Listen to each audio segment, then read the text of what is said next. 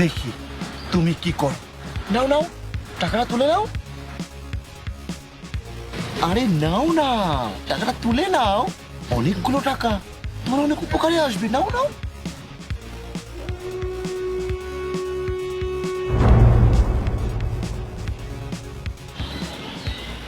এই তো তোমার লোভ আছে। হ্যাঁ, দেখি আমি তুমি কি করো। নিয়ে চলে যাবে ভাবছো? সেটা তো তুমি পারবে না, আমি তো তোমাকে আটকাবই। তার মানে তুমি টাকা নিয়ে চলে যাবে? এত লোভ তোমার? কি ব্যাপার, ও দাঁড়িয়ে আছে কেন? ওর টাকাগুলো নিয়ে চলে গেল না কেন? তাহলে কি ওর লোভ হয়নি? ও দাঁড়িয়ে আছে কেন, যাচ্ছে না কেন?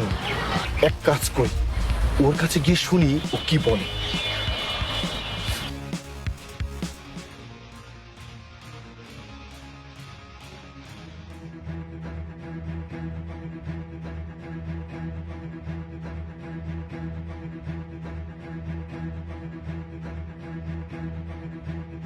ভাই, আপনি কি কিছু খুঁজছেন? হ্যাঁ ভাই, আমার টাকা হারিয়ে গিয়েছে। আমি কিছুক্ষণ আগে এদিক দিয়ে গিয়েছি, মনে হয় এখানেই কোথাও পড়েছে। কত টাকা হারিয়েছে আপনার, আর কেমন টাকা? 500 টাকার নোট 2 বান্ডেল।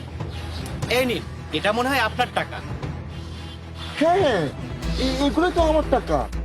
এখানেই পড়েছিল, কেউ নিয়ে যাবে ভেবে আমি তুলে এখানে অপেক্ষা করছিলাম কেউ খুঁজতে আসলে দেওয়ার জন্য। এতগুলো টাকা পেয়েও তুমি আমাকে আমার টাকা ফিরিয়ে দিলে?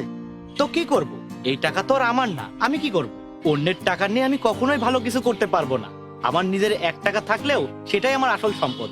যখন অন্য কারোর কিছু কারোর হেফাজতে চলে আসে, তখন তার কাছে সেটা আমানত, আর আমানত রক্ষা করা সবারই দায়িত্ব। আমি আপনার আমানত রক্ষা করেছি, এখন আপনি আপনার টাকাগুলো আপনার কাছে রেখে আমাকে দায়মুক্ত করুন। তোমাকে অনেক ধন্যবাদ ভাই, আমার আমানত রক্ষা করার জন্য। এই যে নাও, এই সামান্য টাকা তুমি রাখো, এটা তোমাকে আমার উপহার। সরি ভাইয়া, এটা আমি নিতে পারবো না।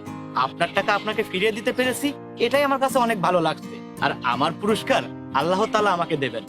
তুমি অনেক ভালো ছেলে ভাই, তুমি আমার টাকা ফিরিয়ে দিলে, তোমাকে অনেক ধন্যবাদ।